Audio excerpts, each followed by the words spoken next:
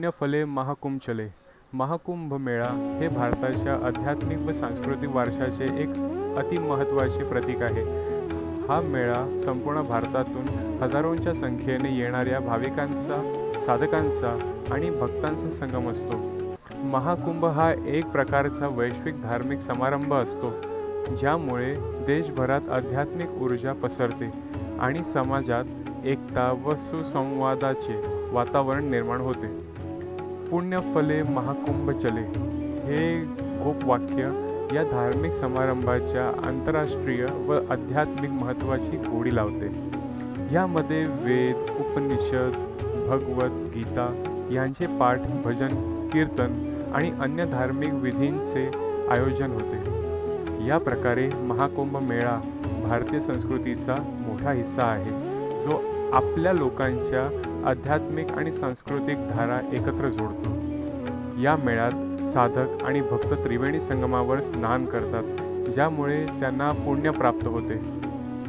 महाकुंभ मेळ्याची उत्पत्ती प्राचीन भारतीय किंवदंती आणि इतिहासाशी निगडीत आहे.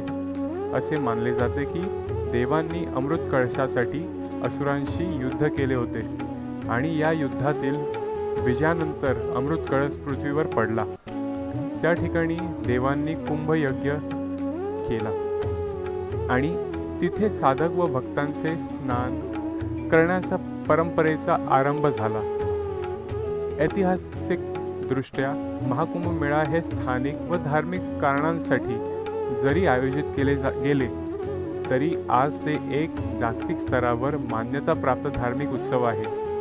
महाकुंभमधून समाजाला एकसूत्री बनवण्याची शक्ती आहे आणि यामुळे सकारात्मक बदल घडवता येतात. समुद्रमंथन हे हिंदू धर्मातील एक महत्त्वपूर्ण पौराणिक कथानक आहे. या कथेनुसार देव आणि दानव यांनी अमृत प्राप्तीसाठी क्षीरसागराचे मंथन केले.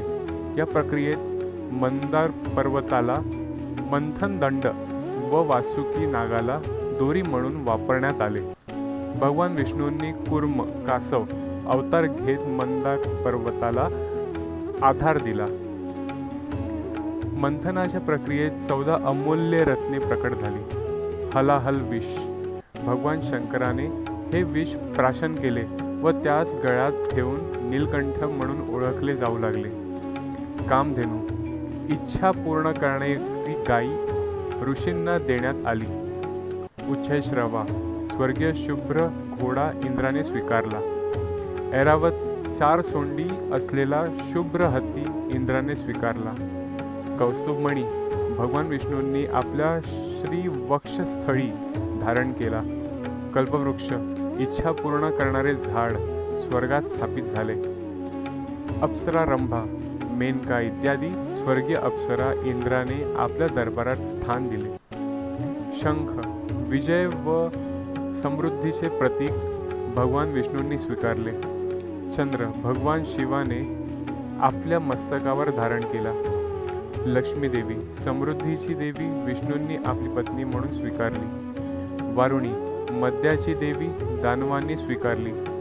पारिजात वृक्ष. सुगंधी फुले देणारे दिव्य वृक्ष स्वर्गात स्थापित. धन्वंतरी. आयुर्वेदाचे जनक व चिकित्सक देव अमृत कलश घेऊन प्रकट झाले. अमृताचा कळस. अखेरीस धन्वंतरी यांनी अमृत कलश, अमृताचे भरलेले कुंभ घेऊन प्रकट झाले. कुंभ हा शब्द अमृताच्या कळशाशी संबंधित आहे. समुद्र मंथनातून निघालेल्या अमृत कळशावरून देव दानवांमध्ये 12 दिवस देवगणांच्या गणनेनुसार 12 मानव वर्ष युद्ध झाले. या युद्धादरम्यान भगवान विष्णूने गरुडाला आज्ञा केली की तो अमृत कळश सुरक्षित स्थळी नेऊन ठेवावा. गरुडाने वेगाने आकाशात झेप घेतली आणि अमृत कळश घेऊन उड्डाण केले.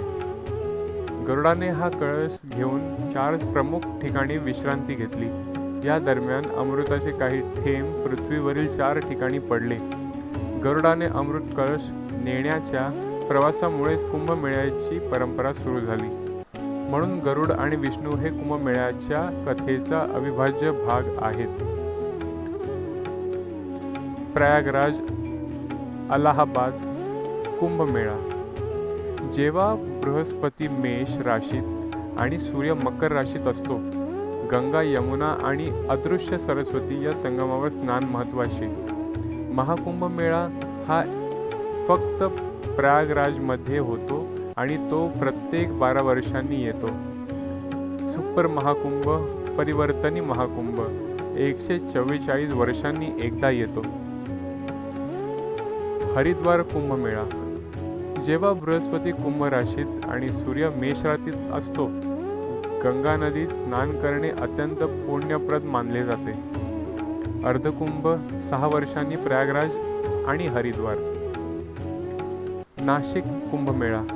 जेव्हा बृहस्पती सिंह राशीत असतो, गोदावरी नदीच्या तीरावर हा कुंभ साजरा होतो. सिंहस्थ कुंभ 12 वर्षांनी उज्जैन आणि नाशिक. उज्जैन कुंभमेळा. जेव्हा बृहस्पती सिंह राशीत आणि सूर्य मेष राशीत असतो, क्षिप्रा नदीच्या काठावर हा कुंभमेळा भरतो. या ठिकाणी अमृताचे काही थेंब पृथ्वीवर पडले, ज्यामुळे ती स्थाने पवित्र आणि शक्तिशाली तीर्थक्षेत्रे बनली. खगोलशास्त्रीय दृष्टिकोन. पृथ्वीवरील पृथ्वी आणि सूर्याच्या स्थानानुसार ग्रहांचे गुरुत्वीय प्रभाव बदलतात. या कालावधीत प्रकाश, गुरुत्वीय लहरी आणि चंद्राच्या स्थितीमुळे नद्यांमधील जलशक्ती वाढते असे मानले जाते. ग्रहांच्या प्रभावामुळे या काळात नद्यांचे पाणी विशेषतः पवित्र आणि ऊर्जा प्रदान करणारे मानले जाते. याच ठिकाणी दर 12 वर्षांनी कुंभमेळा भरतो. स्नान केल्याने पुण्यप्राप्ती व मोक्षप्राप्ती होते असे मानले जाते. कुंभमेळ्याची तारीख ठरवण्यासाठी मुख्यतः बृहस्पती, गुरु, सूर्य आणि चंद्राच्या विशिष्ट राशीतील स्थितीचे अनुसरण केले जाते. बृहस्पती, गुरु या ग्रहाला पूर्ण राशीचक्र फिरायला 12 वर्षे लागतात, त्यामुळे कुंभमेळा 12 वर्षांनी येतो. सूर्याची स्थिती. विशिष्ट कुंभमेळ्यासाठी सूर्य विशिष्ट राशीत असावा लागतो. चंद्राची स्थिती. अमावस्या, पौर्णिमा व विशिष्ट नक्षत्रांशी कुंभमेळ्याचा संबंध असतो. विष्णू आणि गरुड यांच्याशी संबंध. कुंभमेळ्याची कथा समुद्र मंथनाशी जोडलेली आहे. ही कथा विष्णू, गरुड आणि अमृताशी संबंधित आहे, ज्याचा संबंध कुंभमेळ्याच्या परंपरेशी आहे. भारतातील विविध आखाडे हे प्राचीन धर्मसंस्थांचे महत्त्वाचे केंद्र आहेत. हे आखाडे प्रामुख्याने हिंदू संन्यास परंपरेशी संबंधित असून त्यांचे प्रमुख उद्दिष्ट वेदशास्त्रांचे संरक्षण, धार्मिक शिक्षण तसेच धर्मसंस्थेचे रक्षण करणे हे आहे. आखाड्यांची उत्पत्ती आणि प्रकार. आखाड्यांची स्थापना साधारणपणे 7व्या ते 8व्या शतकात झाली. विशेषतः बौद्ध आणि जैन प्रभाव वाढत असताना हिंदू धर्मसंस्था मजबूत करण्याच्या उद्देशाने. साधारणतः हे आखाडे 2 प्रमुख परंपरांमध्ये विभागले जातात. शैव आखाडे, शिवोपासक साधूंचे संघटन. वैष्णव आखाडे, विष्णूंच्या उपासकांचे संघटन. रामानुज संप्रदायांशी संबंधित. मुख्य आखाडे आणि त्यांची वैशिष्ट्ये. जून आखाडा, सर्वात जुना आणि महत्त्वाचा आखाडा. निरंजनी आखाडा, तपस्वी आणि वैरागी साधूंना प्रसिद्ध. अटल आखाडा, मुख्यतः शैव परंपरेशी संबंधित. महानिर्वाणी आखाडा, नागा साधूंचा मोठा गट यामध्ये आहे. आनंद आखाडा, गुप्त साधनांमध्ये निपुण असलेले साधू येथे असतात. दत्त आखाडा, महाराष्ट्रात विशेषतः प्रसिद्ध. नागा साधूंचे महत्त्व. नागा साधू हे शस्त्रधारी संन्यासी असून ते धर्मसंस्थेचे रक्षण करण्यासाठी तयार असतात. हे पूर्णतः नग्न असतात, भस्म लावतात आणि कठोर तपश्चर्या करतात. त्यांच्या माध्यमातून हिंदू धर्मसंस्था आणि धार्मिक परंपरा संकटाच्या काळात टिकून राहिल्या. कुंभमेळ्याचे संघटन. आणि आदि शंकराचार्य यांनी कुंभमेळ्याला संन्यास परंपरेचे केंद्रीकरण आणि प्रचाराचे साधन म्हणून विकसित केले. त्यांनी अखंड हिंदू समाजाला एकत्र आणण्यासाठी कुंभमेळ्याला एक महत्त्वाचं व्यासपीठ बनवले. त्यांनी संन्यास परंपरेला एक नवा आकार दिला आणि संन्याशांचे संघटन आखाड्यांच्या माध्यमातून मजबूत केले. कुंभमेळ्यात संन्याशांच्या सहभागाला एक शिस्तबद्ध रचना दिली. कुंभमेळ्यात नागासाधू आणि संन्यासांच्या शाही स्नानाची परंपरा आणि शंकराचार्य यांनी अधिक दृढ केली. त्यामुळे हिंदू समाजामध्ये आध्यात्मिक एकता आणि शक्तीचे प्रदर्शन घडू लागले. आदि शंकराचार्य सन 788 ते 820 इ. हे हिंदू धर्मातील एक महान तत्त्वज्ञ, वेदांतवादी आणि अद्वैत वेदांतांचे प्रणेते होते. त्यांचे मुख्य कार्य हिंदू धर्माचा पुनरुज्जीवन करणे आणि विविध संप्रदायांना एक आणणे होते. त्यांचे प्रमुख कार्य अद्वैत वेदांताचा प्रचार, ब्रह्म सत्य जगत मिथ्या ही त्यांची शिकवण होती. 4 पीठांची स्थापना. भारताच्या 4 दिशांना त्यांनी 4 पीठे स्थापन केली. ज्योतिर्मठ उत्तर, बद्रीनाथ उत्तराखंड, शृंगेरी मठ दक्षिण कर्नाटक, द्वारका मठ पश्चिम गुजरात, पुरी मठ पूर्व ओडिशा. मठ व्यवस्थापन आणि आखाड्यांचे संघटन. संन्यास परंपरेला अधिक सुसूत्र बनवले. शंकर भाष्यांची निर्मिती, उपनिषदे, भगवद्गीता आणि ब्रह्मसूत्रांवर भाष्य लिहिले. स्मार्त परंपरेचा प्रचार. पूजा पद्धती सुधारल्या व विविध देवतांची उपासना सुलभ केली. बौद्ध आणि जैन प्रभावाविरुद्ध तत्त्वज्ञान मांडले. बौद्ध मतप्रवाहाच्या विरुद्ध अद्वैत सिद्धांत प्रभावीपणे मांडला. आखाडे आणि नागासाधू यांनी हिंदू धर्मसंस्थेचे संरक्षण व संवर्धन केले, तर आदि शंकराचार्य यांनी धार्मिक पुनरुज्जीवन करून हिंदू तत्त्वज्ञान अधिक सुसंस्थित केले. त्यांच्या योगदानामुळेच हिंदू धर्म आजही टिकून राहिला आणि अधिक बळकट झाला. भारतातील आखाडे हे धार्मिक व संन्यासी संघटनांचे केंद्र असून ते हिंदू धर्मसंस्थेच्या संरक्षणासाठी कार्य करतात. नागासाधू हे या आखाड्यांचे एक महत्त्वाचे अंग आहेत, जे धर्मरक्षणासाठी लढाऊ संन्यासी म्हणून ओळखले जातात. नागासाधू हे सशस्त्र संन्यासी असून ते संन्यास आणि लढाऊ कौशल्य दोन्ही जोपासतात. महाभारताच्या काळातही अशा लढाऊ संन्याशांचा उल्लेख आहे. त्यांनी मुस्लिम आक्रमणकारांविरुद्ध लढा दिला आणि मंदिरांचे संरक्षण केले. कुंभमेळ्यात ते मोठ्या संख्येने शाही स्नान करण्यासाठी सहभागी होतात.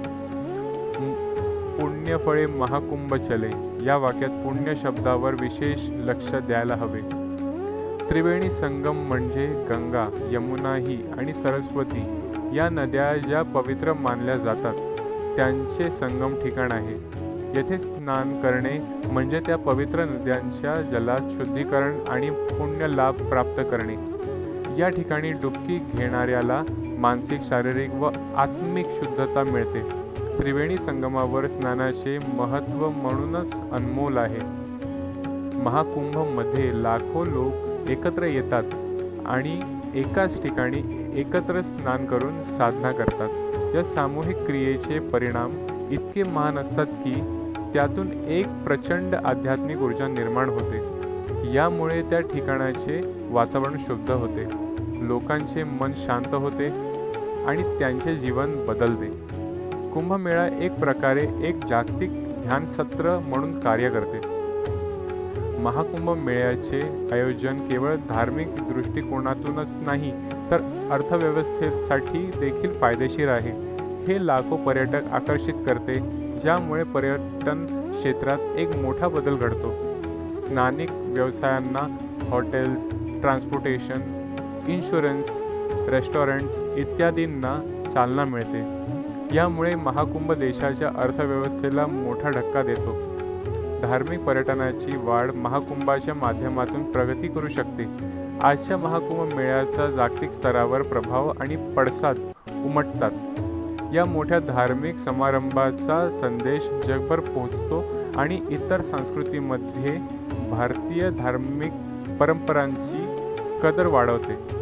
महाकुंभ मेळ्याचे प्रसारण विशेषतः मीडिया आणि डिजिटल तंत्रज्ञानाच्या माध्यमातून, त्यामुळे संपूर्ण जगाला यांची माहिती मिळते आणि या समारंभाची वैश्विक लोकप्रियता वाढते. महाकुंभची व्यवस्था हयात असलेल्या लोकांसाठी आणि भाविकांसाठी खूपच आव्हानात्मक आहे. त्यामुळे यामध्ये तंत्रज्ञानाचा वापर म्हणून महत्त्वपूर्ण ठरतो. Drone, satellite imagery, real time tracking system आणि स्मार्ट सिटी उपायांचा वापर व्यवस्थापनासाठी केला जातो. यातून भाविकांच्या सुरक्षेचा आणि सोयीचा दर्जा वाढतो. वयस्कर लोकांसाठी खास रुग्णवाहिका, बूस्टेड वॉटर सप्लाय सिस्टम आणि इतर तंत्रज्ञान आधारित उपाययोजना महाकुंभला सुरक्षित व व्यवस्थित करण्यास मदत करतात. हरिओम.